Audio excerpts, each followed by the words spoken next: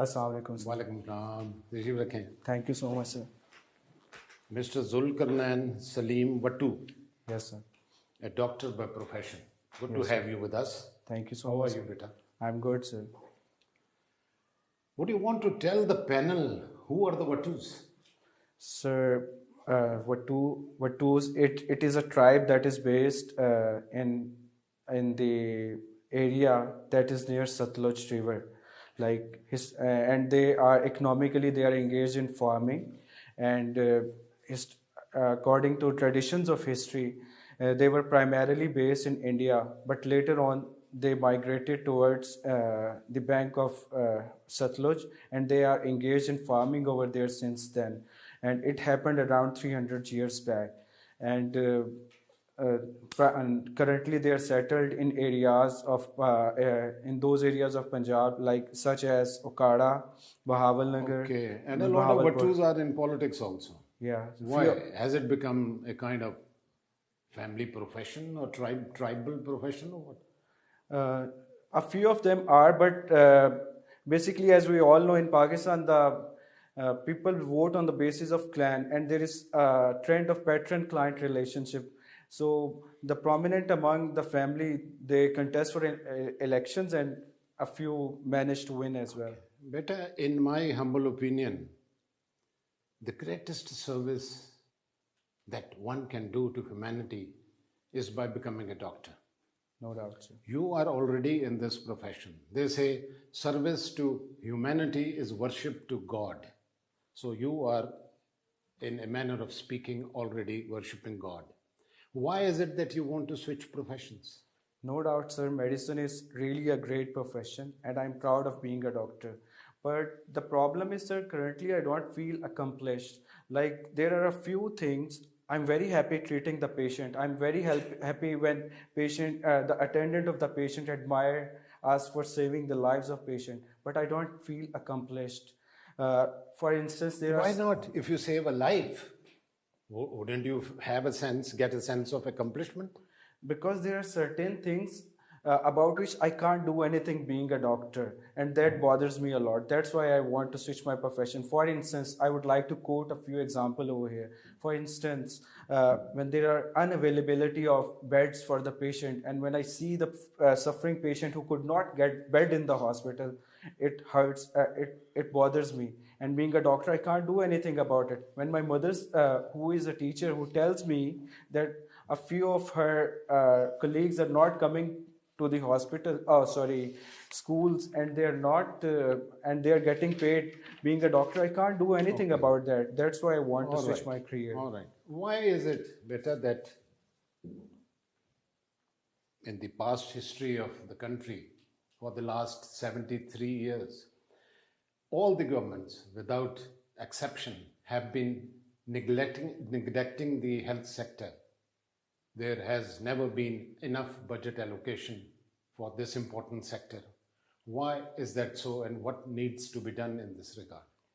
No doubt, sir, you are absolutely right that health is a neglected sector. For instance, according to the reports, around 4% of GDP is being spent on health, while in developed countries around 10 to 15% has been allocated to health. It is because of misplaced priorities of Pakistan. And I personally believe that Pakistan obsession with security related matters is the primary cause that health sector is neglected. Like, we are spending around 25% of our budget on the defense, while in 21st century the security is not measured in terms of hard security, but in terms of soft security, and health is a primary pillar of that. We need to change our priorities. Moreover, the amount which is spent, it is not adequately being spent. For instance, Pakistan need to spend more on preventive health, while 80% of budget goes to this curative health. All right. So let's move on. Okay, sir. Better, you opted for political science and geography as two of your subjects. Yes, sir. What were the conditions under which Machiavelli wrote The Prince? Yes, sir. If I recall my knowledge of political science, I believe that it was 16th century Italy, when Italy was divided into small city states, and there was no unity among those city states, and those city states used to fight among themselves. So that made Machiavelli to write a book, and many historians believe that it was written to help that leader of that time, that how he can unite those states and can rule Okay, adequately. the book is actually a letter addressed to the ruler of his state. The end justifies the means. This is what is said about Machiavellian politics. Yes, sir. What is your take on this? Sir, I believe that I don't completely agree with the statement that the end justifies the mean, because being an idealist, semi-idealist, I believe that the ends should also be right as well as the means. All right, geography भी पढ़ा है आपने. Yes, sir. Can you name the 7 wonders of the world? I'm sorry, sir. You can't. I have no clue about it. Bete, what is meant by Greenwich Mean Time?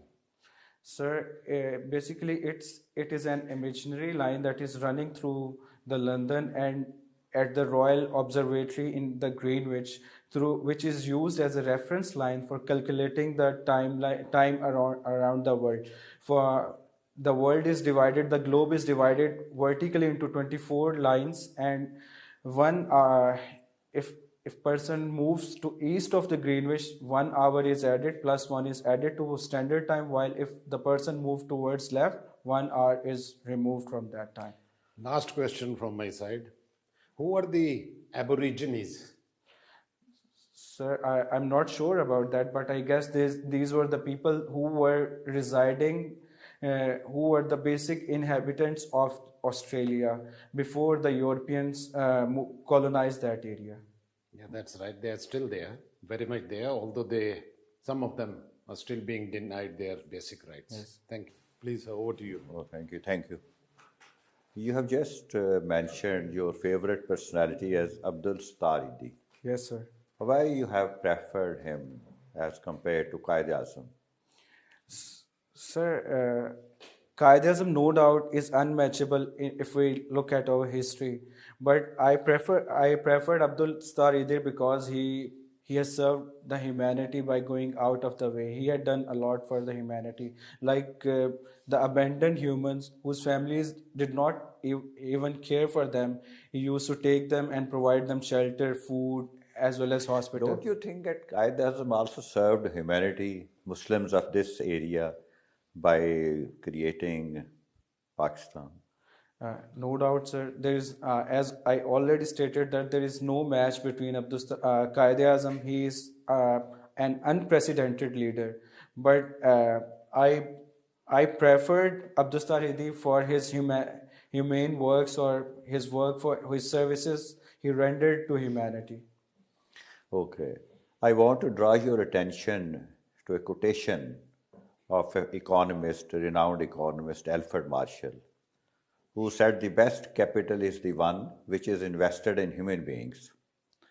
How do you correlate this statement with the economy of Pakistan, especially with regard to investment in human beings?